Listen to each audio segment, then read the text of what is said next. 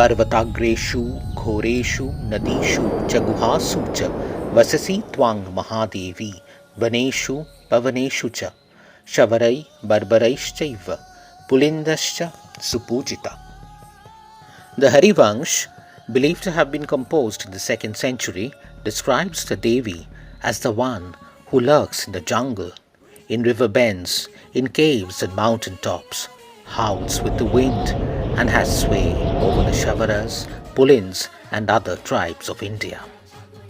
For the longest time, a goddess had captured the imagination of countless Indians, whether as a dark, gaunt, wild, bloodthirsty figure with a lolling tongue, feared and appeased by liminal communities, and described as Nairitti, the unholy in the Rig Veda, or as a Grama Devi, protectress of village communities, imagined to be dwelling in rocks, stones, and trees, with names such as Amman in South India and Manasa in the north, or as Vindhyavasini, worshipped at a hilltop shrine in central India by Shavaras, Pulins, and other local communities. Many believe that this tradition, that continues till date, is a prehistoric tradition and reflected in Mother Goddess figurines unearthed during the Indus Valley excavations at Zob Valley and elsewhere.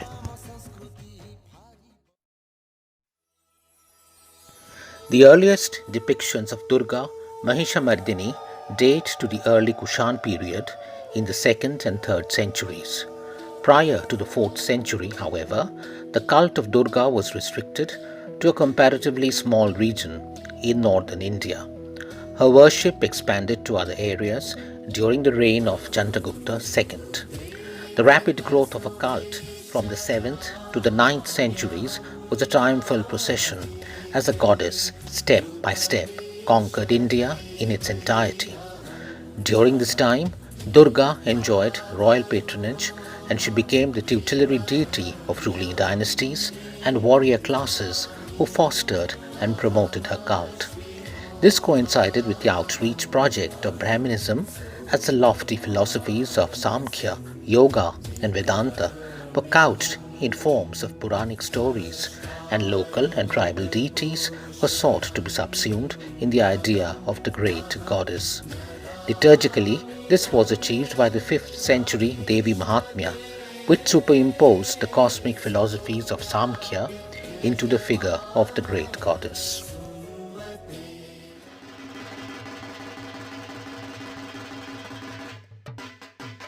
Although the Devi Mahatmya continues to be the prime liturgy and Vedic chants and fire practices dominate contemporary Durga Puja, countless prehistoric practices like the veneration of vegetation, sacrifice of animals, the loud and ribald merrymaking during immersion described as Shavarotsava, and indeed the resounding beats of the talk are equally important parts of the ceremony. These practices have been reinterpreted in light of Vedantic principles, although these interpretations see Durga as simply a manifestation of Brahman, the highest cosmic principle.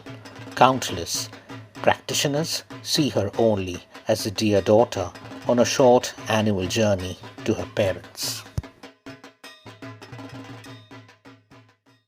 Some contemporary commentators have sought to project her as a manifestation of female power, but others point to the lack of evidence that the goddess ever stands for women or affirms their bodily experience, their mental wills and desires, their social bonds, their personal weaknesses and strengths.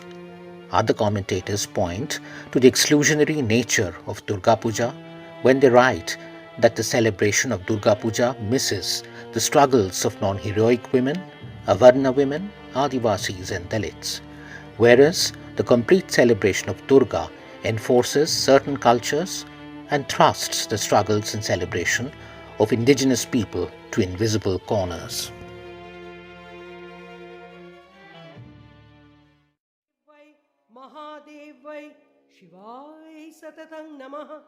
Even the classical scholar Thomas B. Coburn argues that in her depiction as the ultimate cosmic reality, in spite of the dominance of feminine motives, the Devi Mahatmya's primary objective is to portray ultimate reality as ultimate and not as feminine.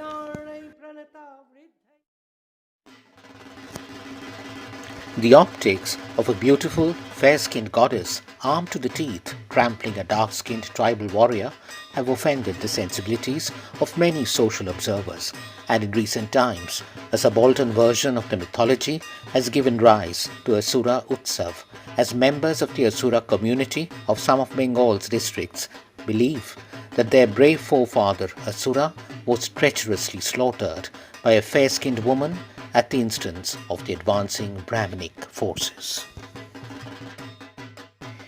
It is interesting to note that the charge of treachery against Durga was raised first by the mythical demon Shumbha in Devi Mahatmya when he pointed out that he was battling alone, whereas Durga was fighting at the head of a band of female warriors.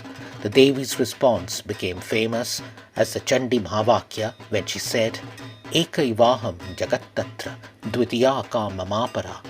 It is only me who exists in this universe. There is no second one.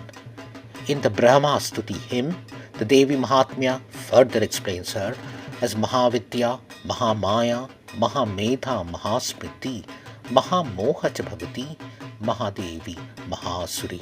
She is the great knowledge and the great delusion, the great talent and the great error. She is the great goddess and the great demoness. Twang swaha, twang swadha, twang hi vashatkaraha swaratmika, sudha tvamakshare nitye, tridha matratmika sthita, ardha matra sthita nitya, yanucharya visheshataha, tvameva sa tvang savitri, त्वं देवजननी परा त्वयैव धार्यते सर्वं त्वयैतं सृज्यते जगत् त्वयैतत् पाल्यते देवी त्वमत्स्यन्ते च सर्वदा विसृष्टौ सृष्टिरूपा त्वं स्थितिरूपा च पालने तथा संहृतिरूपान्ते जगतोऽस्य जगन्मये महाविद्या महामाया महामेधा महास्मृति महामोहा च भवति महादेवी महासुरी प्रकृतिस्त्वं हि सर्वस्य गुणत्रय विभाविनी कालरात्रिर्महारात्रि मोहरात्रिश्च दारुणा त्वं श्रीस्त्वमीश्वरी त्वं ह्रीस्त्वं बुद्धिर्बोध लक्षणा लज्जा पुष्टिस्तथा तुष्टि स्त्वं शान्ति क्षान्तिरेव च खर्गिणी शूलिनी घोड़ा गदिनी चक्रिणी तथा शंखिनी चापिनी भान भूसंडी परिघायुधा सौम्या सौम्यतरा शेष सौम्येभ्यस्त्वति सुंदरी परा पराणां परमा त्वमेव परमेश्वरी।